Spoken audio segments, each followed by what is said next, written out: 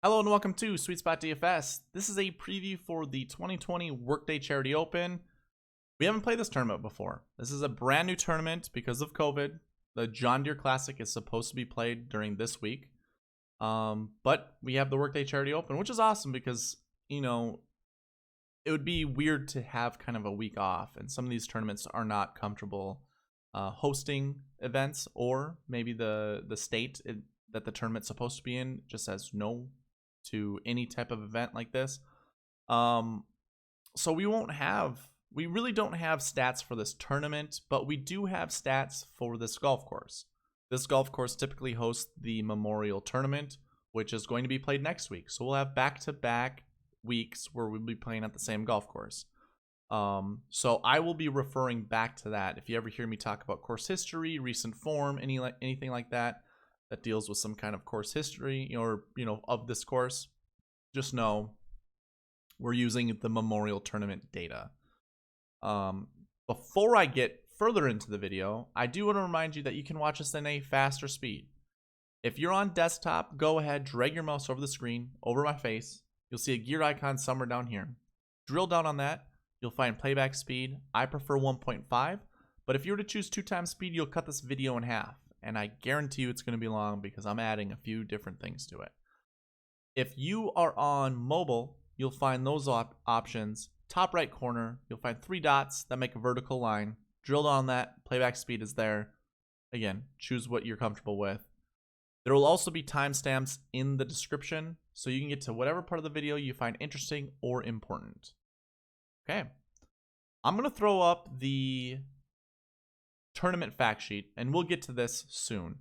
But I do want to go over what I'm going to cover in this preview video. We're going to first go through this tournament fact sheet, but then I'm going to go through a course preview, and we're going to break it down hole by hole. We're going to see if any shot shape is really required, or, we'll look at how tight the golf course is, how open it is, that kind of thing, what we can expect. And that's kind of the brand new thing that I'm going to be doing in this week's tournament. And I might do that. I'm probably going to do that going forward because I do think it's really important. But yeah, it's just something I had not done before. Minus that, we're going to do the same thing we do in all of our previews. We'll go through the course information here. We'll go through course history. We'll look at recent form, for every year from 2013 going forward. We will look at the 2019 DK page where we'll have grass stats on there as well as swing stats, so we can see what it looked like heading into this tournament in 2019. What things kind of pop up, what things should we be looking at? Because then when we look at the 2020 DK page, we can kind of, formulate some of that stuff. We can figure it out. So that's basically what I cover in all those in this preview, and you can find all that again in the description where you'll see the timestamps. Okay, so we are at Muirfield Village Golf Club, and if you guys aren't aware, you yourself can go to this tournament fact sheet. The gcsaa.org. If you were to go there, you'll come to a page similar to this. You won't go to the tournament fact sheets page, but you can find that down here at the media room. Just go to the tournament fact sheets, drill down on PGA Tour. You'll find this week's tournament as well as the previous tournaments. And yeah, you can do all of your homework here on the golf course. But you are here, so I'll tell you about what I know of this golf course. It is the Muirfield Village Golf Club in Dublin, Ohio. The golf course is 7,400 yards. This is going to be a little longer than typical. I think it's 80 yards longer than, say, the Memorial is typically. They are lengthening a few holes to preserve the tee boxes for the Memorial Tournament. It is a par 72, and going back to that lengthening of some of these golf holes, really, I think the par 3 that's being lengthened, I think that is the only thing to really be concerned about, because it's adding a club and a half. So it's going from like 180 yards to 200 yards. That's really that's a significant boost, especially for shorter hitters. Instead of having something that spins a little bit. Now you're basically having a club that doesn't spin much at all. Yeah, but 7,400 yards. Average green size, 5,000 square feet, very similar to the Travelers Championship. So they're not super small, but they're a little smaller than average, I believe. I wouldn't be too concerned. I think this course is, I hate using comp courses because there's no such thing. I would not use a comp course for this. I wouldn't even look at anything Jack Nicklaus designed because it's not going to be the same. But for green size, 5,000 square feet is plenty for these golf pros. I don't think there's anything that we have to worry about when it comes to how big these greens are. Still find your good ball strikers. Still find your good proximity golfers. Those that can't hit the close to the pin, you wouldn't want to play those guys anyways because you're probably not making many birdies. But anyways, we have 74 bunkers, which is fairly significant. I mean, it's not insane. I think one of the last tournaments that we were just looking at had 80, but it's notable. We have 17 water hazards and 13. Oh, not 17. We have 13 water hazards and 13 of those are in play. So that is significant. Some of those water holes, I don't think, golfers will find. I mean, they're at positions where I don't think a golfer should be hitting a golf ball anyways. Not saying it can't happen, but like say greenside water, there's probably 3 or 4 holes that have water that is actually in play around the green. Otherwise, there are a lot of like creeks that run through the golf courses, and actually we'll get through that in the preview or in the course preview. We are on bent grass and POA.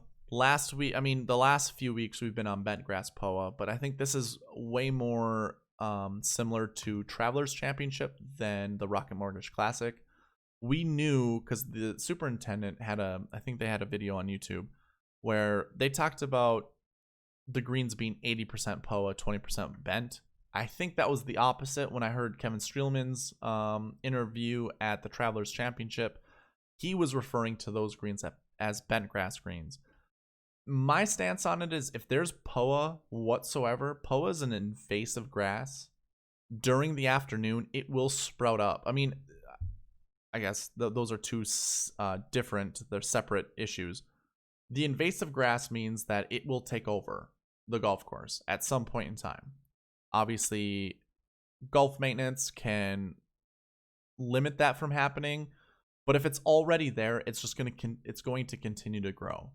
And the grass that is there, the POA that is on those greens, will provide a little inconsistencies. It's going to grow at different speeds than the bent grass. That's going to create a bumpier surface.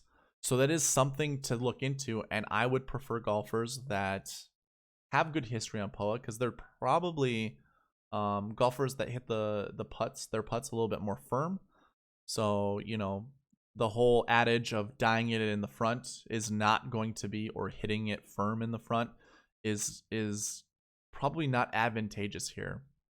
We want golfers hitting it past the hole on their putts. So if if you pay attention to that kind of thing, I would recommend playing those types of players. But it's probably easier just talking about finding POA golfers as opposed to, aggressive putters. And it's the same in the tees, on the fairways. The rough is now including Kentucky bent grass or bluegrass, which is a type of ryegrass, I believe. It's that or it's a type of POA grass. I can't remember. I think it's POA. So it's basically POA and ryegrass. There is some fescue here, but really nothing to worry about.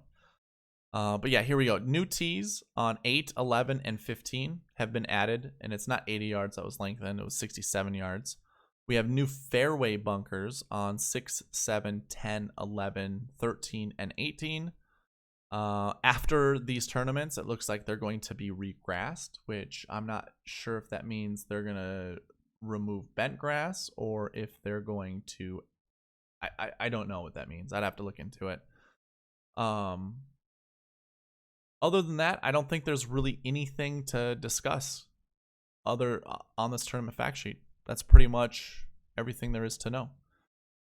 We'll go to the course overview, and this is awesome because it'll give us kind of a preview of what the hole looks like. And then, you know, like what we see, kind of like what the pros would see. So the first hole looks like a pretty inviting fairway. It says an elevated tee to a wide fairway, which slopes right to left, I'm sorry. So it's going to go from here, sloping that direction. I would say this wouldn't be any good for any guy that hits the ball right to left, unless it's a fade. You know, for the lefties like Phil Mickelson. A draw on this hole, if you found yourself in the wrong position, it's just going to kick further left. But I don't think it's going to be that big of a deal. But when you look at this overview, it's pretty cool. It would still favor anyone that hits a fade. It is the 8th ranked or 8th hardest hole on the golf course. And it just looks like we have a bunch of bunkers all over the place. And it almost looks like there's a little bit of a depression here. So it almost looks like a 2-tiered green. But yeah, it is definitely one of those golf courses you need to make sure you hit the right spot of the green. We'll go to hole 2, 455 yards, 2nd hardest hole on the course. As we're looking at it right now, I would say, you know, keep in mind these starting holes are what the pros are going to be playing on. So if we're looking at showdown slates, I would prefer not playing the hardest holes first. I would definitely try to pick the side that has the easiest start. Just so they get a little bit, I mean, they get started, they're on the course. It's better to have your worst holes on a harder or on an easier hole than a hard hole. Because that just means instead of birdie, you're gonna have par, as opposed to par having bogey, and we don't want bogeys on the scorecard. I mean, you guys can obviously pause this at any time and read it. I'm not gonna read the description. We're just gonna look at the layout and see like how tight it is. It looks pretty tight. It looks like there's a little bit opening here in the trees, so missing left isn't that big of a deal. It doesn't look like it's very penal except for the water that's here to the right. So it does still put an emphasis on accuracy, but it doesn't look like the fairways are that narrow. Hole 3 is a 401 yard par 4, which is the 14th hardest hole, or the 5th easiest hole. Looks like there's going to be a layup type of situation here. You're going to be laying up somewhere here, probably with a 3-wood, probably with an iron, maybe a driver for those that don't hit it that far. But yeah, it does look like this is going to be more of a controlled hole. It doesn't look like you require a fade or a draw, but having a fade, anything that's left to right, is just going to get you closer to pin positions that are, you know, carved against this bunker. But either way, I guess they're coming in with a wedge, so they're going to be able to spin it no matter what. And that's another thing I forgot to mention. When it comes to bent grass, in order to maintain bent grass, there's going to be a lot of water. Like, they're going to be receptive greens. It's going to have to be. Bent grass can't survive, especially if they're going to have a tournament here next week. Bent grass can't survive with not watering it a lot. And they're cutting it under 1/10 of an inch. I would say, yeah, they're going to have to definitely put a lot of water. So I'm anticipating really soft greens. Soft, receptive greens. These greens are going to spin a lot. This hole, I guess, really having a fade into the green. Only for shorter hitters does this apply to. Hole 4. It's a par 3. The green slopes from from front to back. So it just makes it all that more difficult because it is a 200-yard par 3, which means you're going to have, some of these guys are going to have anywhere from 6-iron to 3-iron. And obviously, the closer we get to the 3-iron, the less spin a ball is going to have on it. But either way, like even a 6-iron isn't going to have a lot of spin. So if the pin is in the front, I don't anticipate anyone getting close. It's almost like you're going to have to dribble it on. And again, with receptive fairways and greens, it's going to be very difficult. So I would assume we're not going to see a lot of birdies here. Obviously, it's the 3rd ranked hardest hole. So just keep that in mind. We have the 3rd ranked hardest hole, the 14th, so it's easy, the 2nd ranked hardest hole, and the 8th, all within the first 4 holes. I would say playing someone on the front during your showdown slate's probably not the way to go. unless you are a firm believer that just getting through with par is all that a golfer needs. And if you think your golfer can do that, then by all means, choose that golfer. We're going to go to hole 5. It's the 17th hardest hole, which means it's the second easiest. This par 5, I believe the landing area here is about, like, to get here is like 270, 280. I have seen golfers fly it in here. Going over this tree, I believe, is like 320.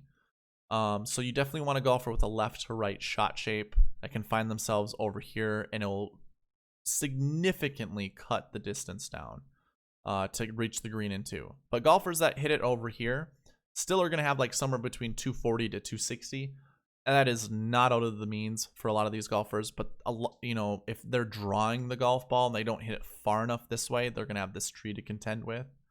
So that is something to think about. Obviously, faders for this hole, definitely advantageous for this hole. Or I shouldn't say faders, just left to right ball shapes. That is something I will be looking for. Phil Mickelson, believe it or not, is not going to be one of those golfers. I have not seen him hit a very controlled draw recently in any of the tournaments he's played in. I'm not going to be very confident with that. So that is definitely something I will be kind of avoiding with Phil. And I'm not sure about with Bubba. Bubba can shape the shot pretty easy, but I'm thinking more like JT or Brooks. Like JT and Brooks, Hideki even. Those golfers here, definitely this is their hole. This is a hole they can really score well on. Hole number 6. I guess one thing I should also mention is when we look at approach shots into the green, we got to look around the green to see what type of trouble lurks. Obviously, there's water to the left, so bringing anything from the left to the right will bring that water into play. Likewise, anything going right to left, if you don't hang it out to the right far enough, is really going to flirt with that because it's just going to get closer and closer and closer to the water the more it's curving to the hole. Again, I would still favor anyone who fades the golf ball in that hole. Hole 6, 12th hardest hole. Looks like one of those holes that looks pretty generous. You know, the fairway looks wide open. It does say there is a premium on the tee shot, but yeah, I'm not saying you can hit it wherever, but it just doesn't look like it's that difficult of a hole. So we're just going to move on. No shot shape required there. Same with this hole. We have another par 5. You would think a draw would be suitable here, and it probably is, just because it's easier to follow the contours of the fairway. But if these trees over here are not in play, I don't think there's anything to really worry about. So I would not use this as a hole. Like, I would not count this for a draw or a fade. It's pretty open. I think any ball flight's going to be fine. Hole 8 is one of the holes they lengthen. This is the one that's going from 185 to 200. So it is going to be a bit more difficult. I think the greens, it slopes from back to front. So it's going to be a little bit, I shouldn't say easier. It's still a pretty difficult landing area. The tee shot is appealingly downhill, but the plateau green is almost entirely surrounded by sand. So it doesn't really sound... I mean, we can kind of see the green here. We can see the back end of it is a little higher than the front end. Doesn't look like it's super drastic, but it does look kind of like a narrow hitting area. So going further back just decreases accuracy. Hitting a long iron into this green, pretty difficult. So bombers are going to be a little bit more... It's going to be more advantageous to the bombers. Hole number 9, the 11th ranked hardest hole. Looks like it's pretty much down. It's downhill. Looks like a fade is probably required here, especially if anyone were to miss over here to the right. Especially with the water running in front, it's still a fade is the preferred shot shape. It looks like 412 yards. I'm thinking that anyone who bombs a drive, you know, tries to... This actually is one of those holes that the further you hit it, the tighter it gets. So if you were to lay up here, I'm not sure how much yards you would have, maybe 120, 130. So a 3-wood. anyone that's hitting from this distance is not going to have tree trouble here. They're just going to hit over the trees. So I guess I'm not too worried about hole number 9. Hole number 10, the 5th ranked hardest hole. If we were talking about which side to start on, obviously hole 1 starts with the 8th ranked hardest hole, but then goes to the 2nd hardest hole. This one starts with the 5th ranked hardest hole, and it is a pretty lengthy par 4. It just says when it's played into the wind, it becomes especially hard. But actually, I think if you want to position yourself in a good spot, it's gonna get pretty tight. It looks like, maybe not. The fairway doesn't look that tight, but obviously from this picture, I could see how it would look like you can't really, like, there's not much landing space long. But obviously the fairway goes off to the right and then it comes back to the left. Maybe if you golf it enough times, you just know there's no worries about landing it over here. Hole 11, 15th ranked hardest hole. So there you go. The starting hole, if you were to start on 10, obviously starts with the 5th ranked and then goes to the 15th ranked hardest hole. Par 5, golfers are going to be probably driving it somewhere here. Obviously, if you snap one too far, if you're missing left, you're going to find this creek that looks like it's running through most of the hole on the left side for your drive. I think it's like 320. Yeah, 320 from the tee is where the water kind of cuts through right here at this bridge. So I think most guys are going to be able to hit driver. Maybe some guys will hit 3-wood. But as we look at the approach shot from the fairway, if we're looking for golfers who could attack this, definitely a fade is preferred, because hitting it over this way, I mean, these trees here, as long as they're not in the way, which I'm not positive, I can't tell. Yeah, it kind of looks like these trees would be in the way. Plus, these golfers are not using a tee. So if we have let's say if you hit it 320, you're going to have 240 yards into the green. Even if you're hitting a long iron or a fairway wood, it's going to be difficult to elevate over these trees. So hitting a draw is not easy. And you can see from here, it does not even look like you have a generous landing area on the green. So definitely a fade plus a fade, or I should just say left to right. But for right-handed golfers, a fade is going to offer the most control. It's also going to offer the most backspin. Again, a JT, a Brooks, Hideki, those golfers are golfers we want to target for this type of hole. So the 2 par 5s so far that have any kind of bend to them favor left to right golfers. Now we get to hole number 12. Can't remember which holes were lengthened. 8, 11, and 15. So the one we were just talking about was actually lengthened. So it's going to be a little bit longer. So maybe not 320 to this area. It might be 340. Just notable. We have a par 3 that has a lot of water. 7th ranked hardest hole. Looks like the green is fairly narrow. Definitely runs from left to right. Has that kidney shape to it. If you're not dialed in with your distances, this hole will be a little difficult, especially if the pin's over on the right and you're trying to fade a golf ball into it. I've seen this water hit, or this side of the water hit many times. Not really so much short, but yeah, the miss would be long in the bunker, or in the bunker long if you were trying to avoid hitting it into the water. No shot shape required there. Hole 13, 10th hardest hole, 455 yards. It is a downhill. The hole goes downhill with your drive.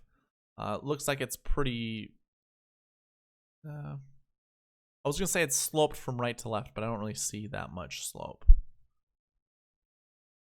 says it's a fast running and gentle curving fairway. Finding the right half of the fairway sets up at the best angle into the long and narrow green, which runs away from the player, so front to back.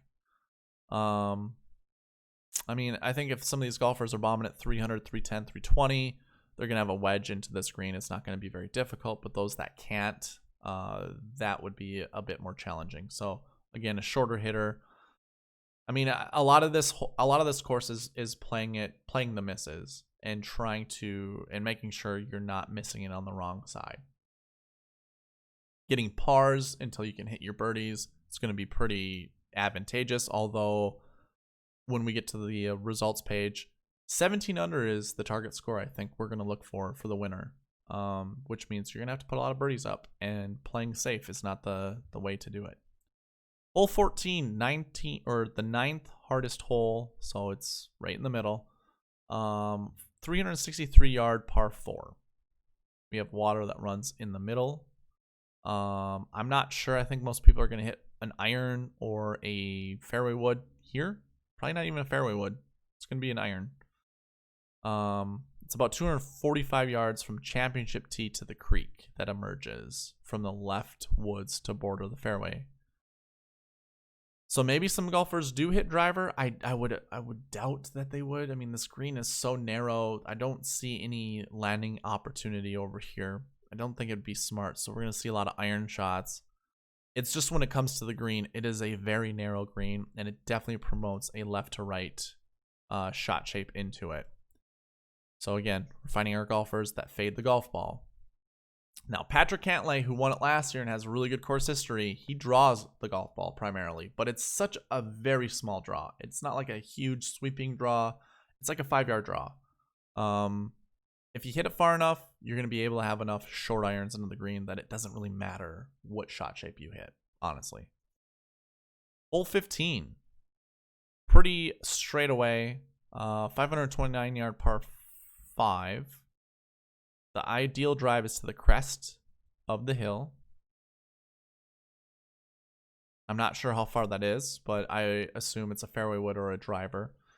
Again, with how the green is positioned, someone who hits a fade for the second shot, it's preferred. That is notable. 3 par 5s, right to lefts.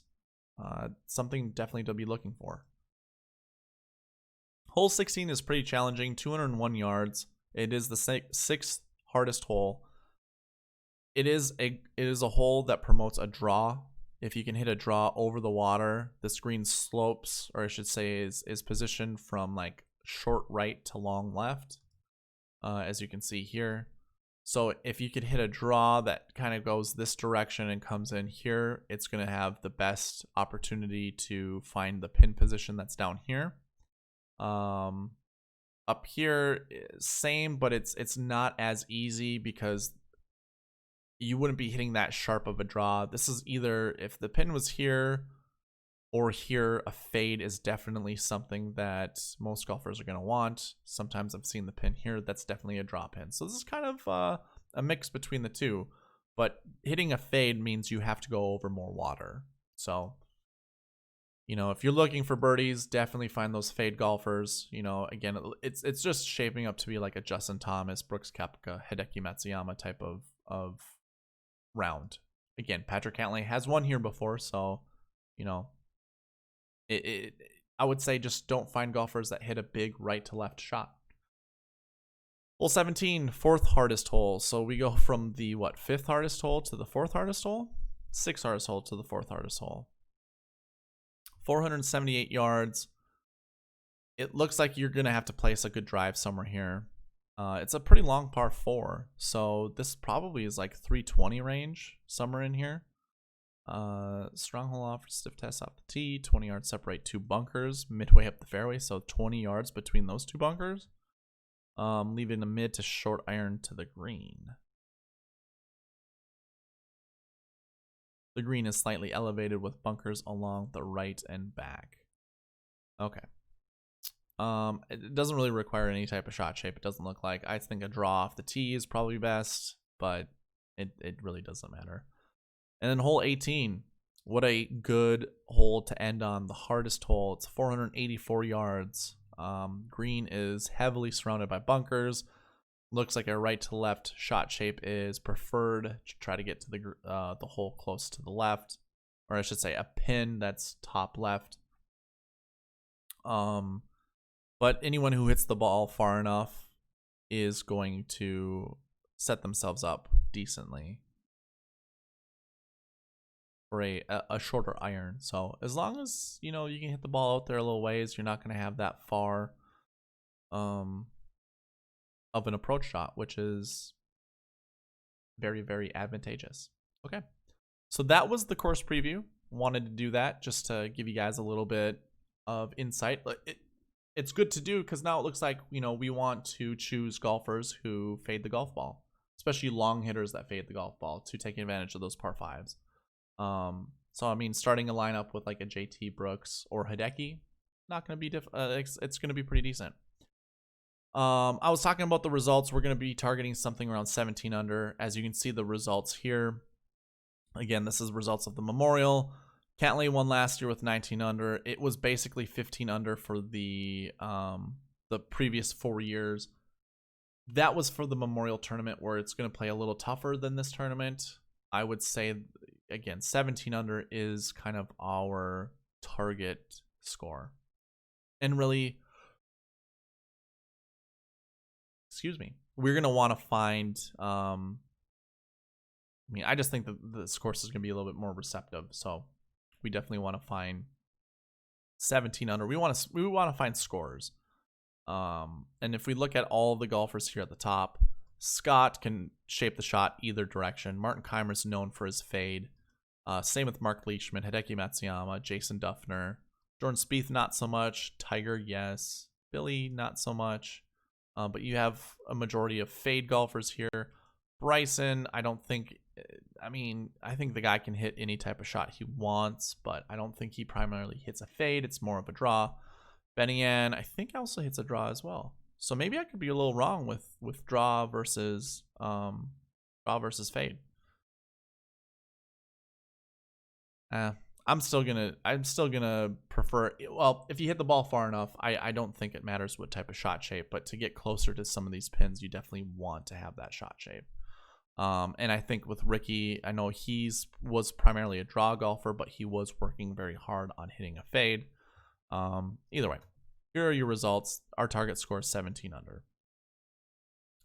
Let's go ahead and look at course history. I don't have this filtered yet, but I will. So we have this filtered by who's playing in the field and their average finishing position. All I would say is pause this, take a screenshot if you want to look at some of this information. I don't think it's really that... I don't know. I don't think it's really that important per se. I think, yeah, let me backtrack that. I was a little distracted there.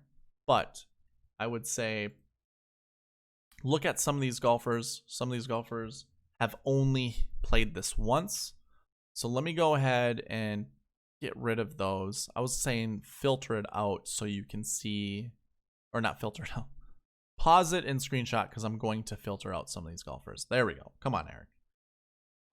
What I like to do is get rid of some of the worst scores for some of these golfers to see what their average finishing position looks like without the outliers involved.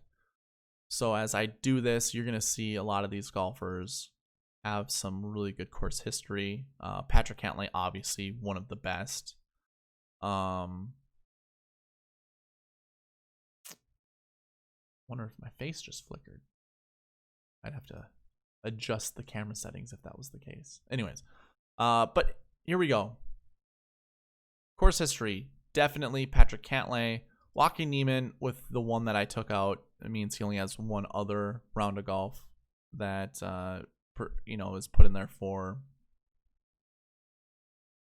his course history. Emiliano Grillo, 14.33. He would be next in line. Actually, that's a lie. Matt Kuchar at 10.5. Now, when it comes to some of these older guys, I'm actually not going to be... I've learned over the last few weeks, I don't know what it is. I don't know if it's because of the restart or what, but having... I wouldn't say so much older golfers. I don't want to discriminate like that, but having a younger golfer that has good course history or say good POA stats, I think is way more advantageous than having an older golfer. Just because it's just that break that these golfers had. If you want to use kind of the analogy of like oiling up a rusty tire or whatever it's called, a rusty drum. you don't really have to do that with the younger golfers. Plus, they're just hitting the ball so much further that I would much rather prefer a younger golfer than, say, a Matt Kuchar. So yeah, Matt Kuchar, Emiliano Grillo, Jason Duffner. I really don't see anyone else that pops out. Kyle Stanley? Yeah, not so much. So, the golfers that I think have the best course history here: Patrick Cantlay, Matt Kuchar, obviously, Emiliano Grillo, Joaquin Niemann. I guess I'll include Benny Ann, Mark Leishman. Those are kind of your top golfers that have good course history here. Let's go ahead and go into recent form, and we'll actually go from 2019 going back to 2013, and really just take a look at how good the recent form is. Now, this is their average finishing position heading into the tournament. Light green is good. Yellow is I should say light green is really good. Yellow is good. Orange is like medium. It's average. It's in the middle. Light red is, tending towards bad, and then dark red is just absolutely not good. But yeah, recent form, definitely look at it. And we can actually go ahead, sort this by the top guys with recent form in this tournament and see how many of them finish inside the top 20.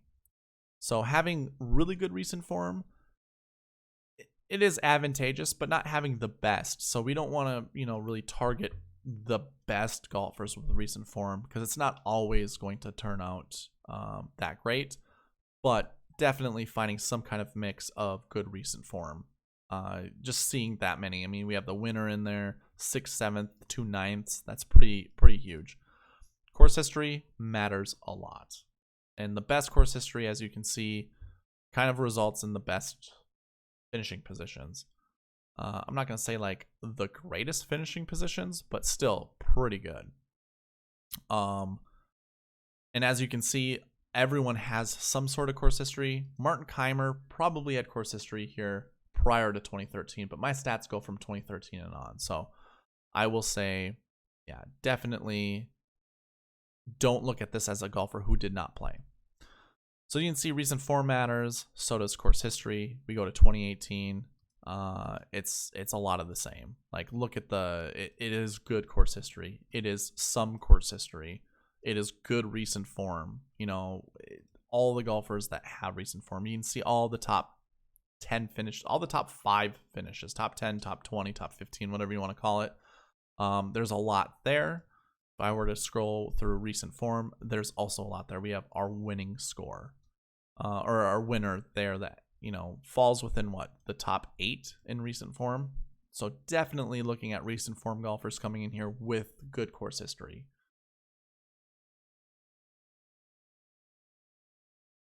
Let's go to 2017. And if I recall, 2017 is actually a little bit of it's different. It doesn't follow the same guidelines, but obviously course history does matter. Our winner had the top 15 best course history in this tournament in 2017. So definitely course history looks like it matters. Recent form, maybe not so much, but again, this is going to be the only outlier you're going to see when we go through this. You can see a couple golfers here with poor course history. Anirban Lahiri only had played this once before. You can kind of tell because the course history matches the last year's score. But Ricky Fowler, a high guy, like a really good golfer with bad course history since 2013. And then also really terrible recent form. So again, 2017 is a little bit more of an outlier year. I wouldn't so much take that into consideration, because as we look going forward, again, we have a bunch of golfers with course history. Benny Ann and Emiliano Grillo, probably the only golfers here that truly did not play this golf course. I think John Curran had played here before. He is kind of an older golfer, so he probably did have course history prior to 2013. But if we were to, again, sort by course history, we see, 5 golfers inside the top 20. We scroll by recent form. We see a lot of golfers. So it looks like recent form, definitely one of those important stats for sure. And it's not to say that's the end all be all, because we do have some top 10 finishes that have poor recent form. Going into 2015, this is going to be the last year we have course history, because I only go back to 2013 and I don't really include 2014 as having course history. But you can see the finishing positions, they matter. Sure, these two golfers here had only had 1 year of course history under their belt. Same applies with Brennan Todd.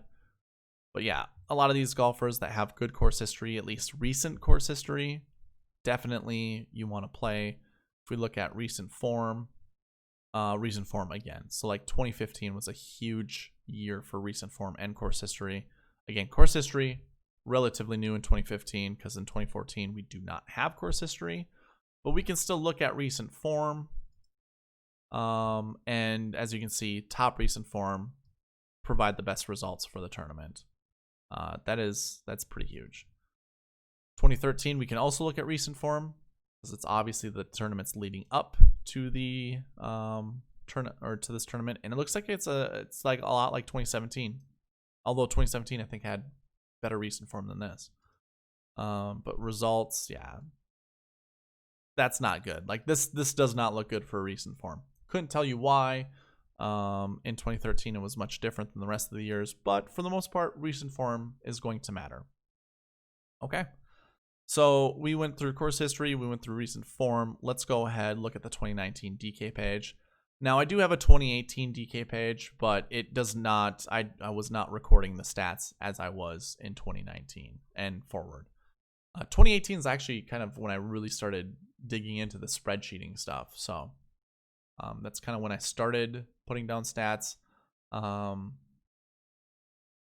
I'm not, I'm not gonna go back and then fill in these spreadsheets. I'm just gonna leave as is. I don't have that much time on my hands. So as we look at 2019, look at the results. One thing I want you guys to just see right away is column J. I started doing this. I've been creating like a stats column, and it's the golfers that are in the top 20 of certain stats. So I'm actually going to delete this, and we're going to go through this. I tried making a video last night, but my software was not working properly. So I'm going to redo this whole thing. Usually the first thing I look at is starting hole tee time to see if there's any matches, like did anyone play together? Like Adam Scott obviously played with Hideki Matsuyama. So having, some golfers that play together, Tiger Woods, Justin Rose, these guys fed off of each other during Thursday and Friday's round, and probably propelled them to make the cut and get closer to, first place. So that's something I like to look at, because as a playing like a competitor myself, these things matter. And I think when you pull a lot of these other PGA pros, it matters to them as well. So we see 4 golfers that actually share starting hole and tee time together. So I'm probably going to also kind of start my lineups with some of those golfers that are playing together, especially if I like them quite a bit. And I guess I should actually open this back up. Pause the video screenshot if you want to see. Again, this is sorted by 1st to 20th, so you can see the winning lineup as well as the golfers underneath it. Pause, screenshot. But what we're going to do is every 20, we're going to add 1 to this column. And I know some of you guys are going to be ripping your hair out as I'm doing this, because I'm just going to manually key this in as we go through. And again, pause. You can see how many golfers finished inside the top 20. Like course history actually mattered last year, so we see a bunch. Recent form, not so much. So we see 4 golfers with good recent form that finished good recent form that finished inside the top 20. But I'm still going to add these little tick marks, not so much tick marks, but just adding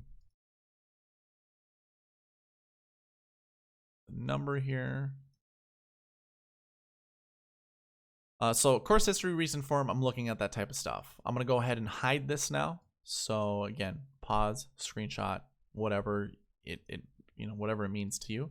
We'll look at overall POA. As you can see, we do have a few golfers here. We have 6 golfers that finished inside the top 20 for that tournament that were, actually 7 golfers, sorry, that were top 20 for that stat.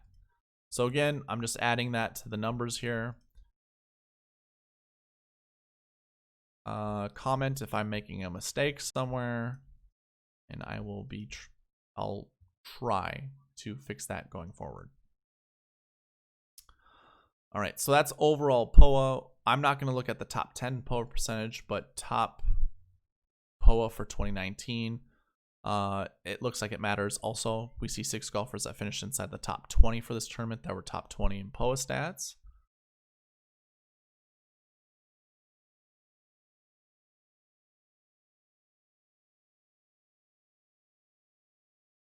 Okay. I'm going to go ahead and hide this information here. And now we have nothing but the swing stats. And I'm actually going to go through every one of these swing stats because I might as well, honestly. So shots gained tee to green, doesn't matter. It sure does. You see 6 golfers inside the top 20.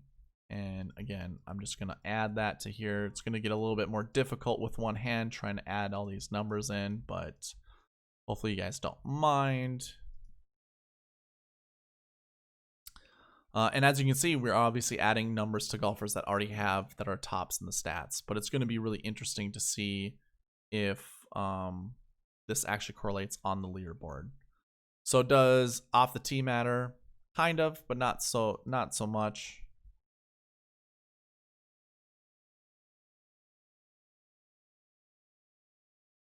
Requires very good concentration.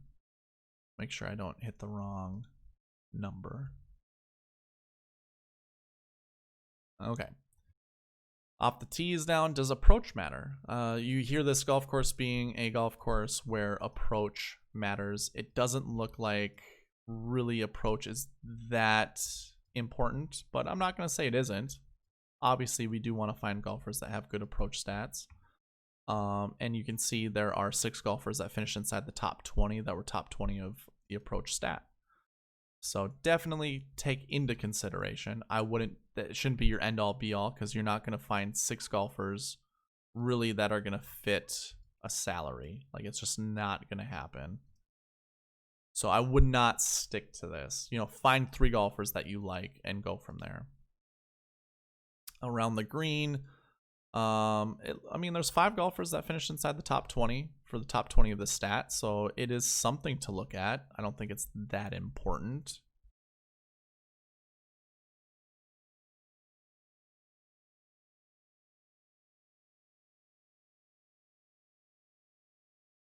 And we'll go to putting. I won't lie, this just feels like it's taking forever, but I know usually when I look back at the video, it's not terrible. Again, screenshot this. Pause it, screenshot it. It's for you guys to look at, obviously. Putting, look at that. That stat is so crazy. And really that putting, I've already looked at it. It doesn't go with any other stat. Like if we were to look at grass stats, really, actually we'll come back and revisit it. I'm just going to get through a lot of this just to be as quick as possible.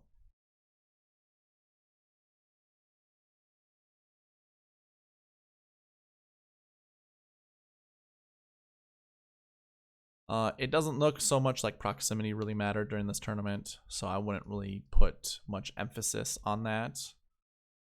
Just not one of those that big of a deal.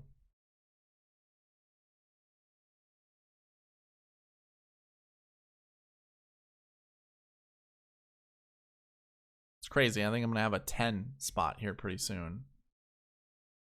Usually I don't go through all of the stats, but I think for this kind of trial run, I might as well. And I don't think I'm going to do this going forward just because of how much time it takes up. I'm just going to have the number there for you guys to look at. I did have a 10 spot. And Rory actually missed the cut. So your superstar, that came into play. Like that's just, it was nothing. It wasn't that important. I mean, if you were to target Rory, it was not a good showing from him last year. I remember him bogeying the par 5 because he spun a wedge too far off the green.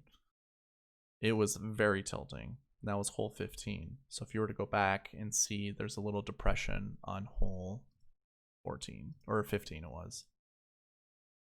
So the 18th easiest, or it's the easiest hole. This little thing right here, he spun it off the green and it almost trickled down into the water. It was so tilting. I think he was in trouble off the tee, punched out to somewhere here, hit a wedge there, and it landed up here and spun all the way back. It was disgusting. Okay, so we have ranked, or we've added over here how many times a golfer finished inside the top 20 of their stat. And I did see my green screen flicker. So that means we're going to have to update this. We'll go right there. That's fine. I'm sure my face probably changed color. That's totally fine. As long as it doesn't flicker. I don't want it to be annoying. Okay, so we go by result and we look. Pretty much everyone had at least one top 20 stat, except for Martin Kaymer. So Martin Kaymer was kind of the guy that just like came out of nowhere, really. And when I look at something like a Martin Kaymer, the one thing I think that benefits him is not playing the year before. That's why I do look at the last year stats and why I look at the last week stats. I'm not sure if this is updated. I do know last year ones are still golfers who did not play, but golfers who, actually I think this has been updated. I think this has changed to 3s and this has changed to 4s. But obviously having course history matters quite a bit and having good course history. So yeah, not a lot of golfers were not top 20 in some stat, but we have a lot of golfers that were top 20 in just one stat. I know when I did this before, when I looked at a lot of this information, and I did add the stats, I did not see a lot of the golfers. Like there was a big gap of golfers here where there weren't stats. I think like Duffner and Colley weren't there, and I think that's around the green and putting, maybe even proximity. But yeah, it's definitely something to look at. And here are your top stat getters. So Ricky Fowler, Mark Leishman, Xander, Justin Rose, Hideki, Emiliano Grillo, Adam Scott, Patrick Cantlay are all golfers that finish inside the top 20. And their price tags from top to bottom for, within those stats, 10,200, 8,700, 7,900, 9,100, 10,800, 9,000, 8,000, 10,600. So what this says, find 2 or 3 golfers that are really good at stats, that are really good with stats, that are high priced. You're going to have to go down a little bit. I mean, it wouldn't be wise to chase just stats because you're not going to find all the right mixes of players that you need. Obviously you needed Cantlay last year. You needed Adam Scott and Martin Kaymer. So that alone, $25,700. So basically leaving you nearly $8,000 left over for your remaining golfers. So obviously you're going with like a Streelman, Mark Leishman. This leaves you with $8,900. So really close to Hideki Matsuyama. I don't think there's a way we can play that unless we want something like this. Oops. We skip Mark Leishman, play Hideki, and then play Jason Duffner. Yeah, that's $49,600. So that could be done that way. Other than that, we do want to find nearly as many low price guys as we want to find mid. And I break these into tiers. So my tiers are, your top tier from going forward is 9,000 and above. Tier 2 is from 8,000 to 6,900, or 7,000, I should say. And then tier 3 is anything under 69. So we do have quite a bit of, we have 3 tier 2 golfers in there, 2 tier 1 golfers, and 1 tier 3 golfer. So it's definitely something to look at. And you could obviously include Bud Colley in that. So we go something like this. No, I have too many golfers highlighted. Get rid of Streelman, put Leishman, 49,500. So that works. So that way you have your 2 top tier, mid tier, and low tier. So interesting to look at. Okay. Let's get into the 2020 DK page and kind of go through the same information that we were going through before. It looks like, yeah, I already went through a lot of this information. I'm just going to go quickly through this. I will add the stat column before my lineup construction video that I'll post either later today or tomorrow. But we'll look at course history. Here are your top guys, course history. So I've actually changed this, the way it looks. So now every stat, top 20 will be this dark green color. Every stat. And when we go through this, you're going to be able to tell who has good recent form, who has good course history, and we probably want to be targeting golfers like that. So as you can see, Jordan Spieth, Patrick Reed, Mark Leishman, Michael Thompson, Patrick Cantlay. Of those that have really good course history, they also have really good recent form. We sort by recent form. We're going to see Patrick Cantlay up at top, and really nobody but Rory Sabatini. And that's about it. Like, I would include Xander, Adam Hadwin, Justin Thomas, and Scott Stallings into that mix of having, and Harold Varner, having decent course history with good recent form. But it's barely. I'm not going to look at last week, last year, or anything like that. We're not going to look at official World Golf Ranking. So I'm going to go ahead and hide the rest of that information. And we'll go to the grass stats. So I've included bent grass and POA, but I'm not sure. The bent grass is more of to look at this afterwards. I will be like when I look at golfers that have good POA. So if I'm looking at grass, I'm going to peek at the bent grass just to see which golfers are good with bent grass. And I mean, you can already see, again, dark green is top 20 in these stats.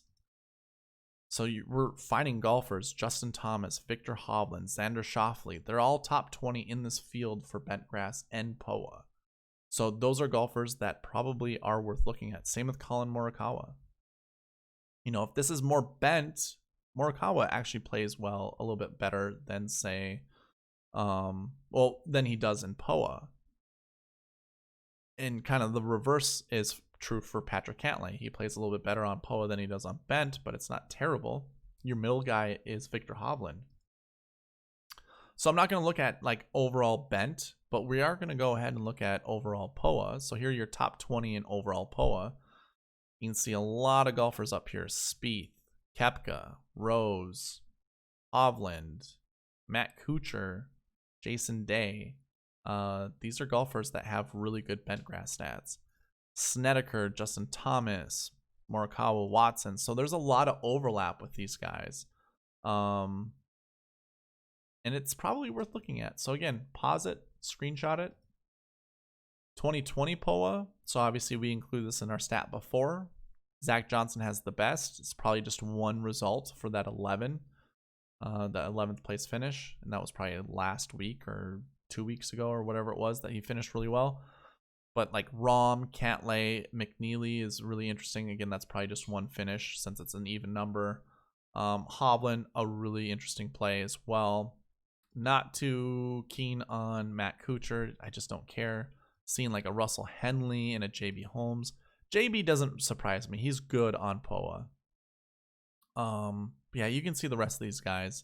Find your value plays. You know, anyone that's under $8,000 should be a very good rounding player for your lineups. But yeah, I'm going to go ahead and hide the rest of this information and we'll get on to our swing stats. So I have excluded, and that's probably my bad for excluding the guys that actually had stats that we weren't looking at for the other. And never mind. A lot of these guys, irrelevant. I'm not going to talk about them. Sung Yul No, though. If you didn't know anything about him, he is a Korean golfer who had to serve time in the military. So he's one of those South Korean golfers who had to take kind of like a medical leave from the PGA to serve in the military. He was kind of a pretty decent golfer back when he was younger. So yeah, I think it's something very interesting to use or to think about. I think he's a good player. That's basically all I'm trying to get at. Okay. So here are your top 20, tee to green. No surprise. You see a bunch of top golfers here. I would look at golfers here in the 7K range just to find some kind of, one of these guys is going to emerge in the top 10, top 20. And it's just picking the right golfer. Off the tee, it wasn't a huge stat when we look at the 2019 DK page, but it is something I think we should be paying attention to. Again, look at whatever value play you're interested in. Latch onto that guy. I don't have conviction one way or another when it comes to off the tee.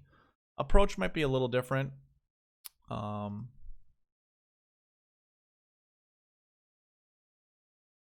We have a $6,200 golfer that is good on approach. Do I think that guy's going to do that well? Probably not, but I do like the upside of Hoagie and Neesmith. I will not be touching Russell Knox. Not a chance. And when I say that, he's probably going to do well, but oh my God, I hate rostering Russell Knox when he does poorly. It's just like, it's one of those things like, yep, I should have known. And instead, whatever.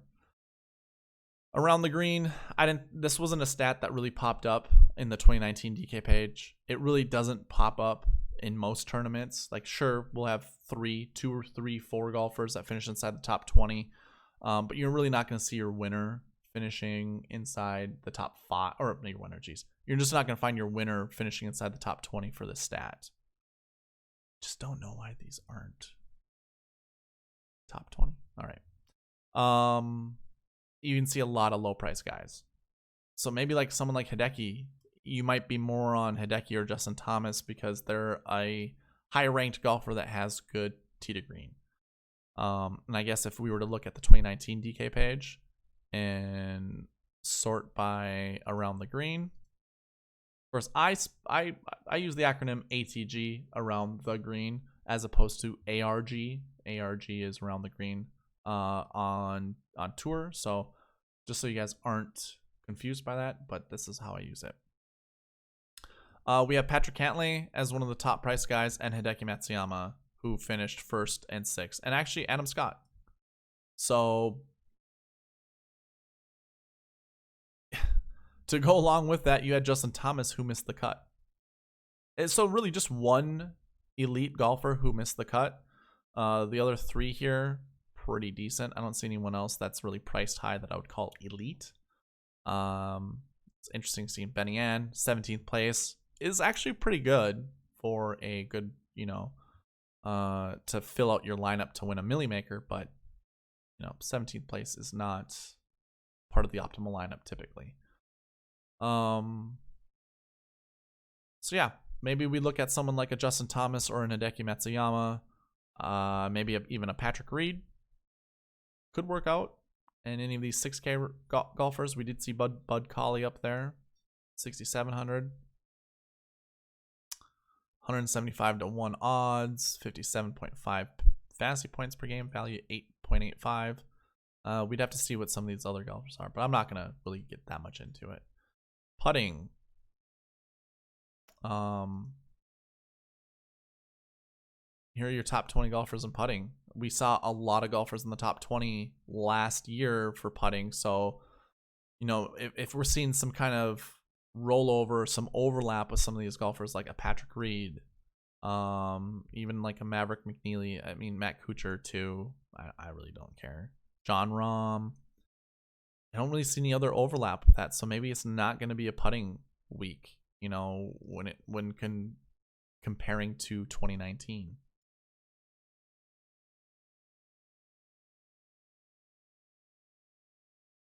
So as you can see, here's 2019, your top putting guys. A lot of the guys at the top of the putting stats are here. So obviously you see Adam Scott, Ricky Fowler, Justin Rose, those golfers. So maybe it's something to look at, maybe not. Green reg. I'm gonna go through pretty quick through the rest of this. We're already at an hour long, so I'm not going to really spend that much more time talking about this, but you can see a lot of high price guys here. So definitely considering one of these. It might be even Hideki. I really like how he was rounding into form from last tournament. He just looked solid, and his last 2 rounds of golf were pretty fantastic.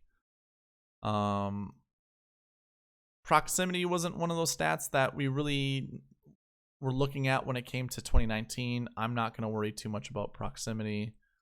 I'm going to go ahead and hide these holes or these columns. Birdie or better. Cantlay Thomas. I mean, look at these guys that are at the top. I really like Scotty Scheffler, although last week he kind of, I mean, his last round was 7 under. He had a very bad, poor first round. Cam Champ would be a consideration as well. But yeah, you see John Rahm, Xander Schauffele, Hideki. Like, these are, I'm choosing 2 of these golfers basically to be my foundation. I think that it is important to look at those guys. I do have some more stats that I'm not going to include when I add them to the stats column, and that's driving distance, driving accuracy, good drive percentage, and bogey avoidance. Although bogey avoidance is one of those that I'm actually going to be looking at this week. You can see John Rahm at the top for this tournament, or coming into this tournament. Justin Thomas, Xander Schauffele. Really like Xander this week. I'm starting to like Rahm the more we get into this. Really liking Maverick McNeely as well. Patrick Cantlay, he's the thumbnail. He is my favorite player for this week, but I'm not going to go super heavy on a lot of this ownership. It's probably going to be pretty spread amongst these 4 golfers right here, for sure. But yeah, check in with me during the lineup construction video where I will have my construction for these lineups, obviously, and who I choose and how much I'm going to be playing of these golfers.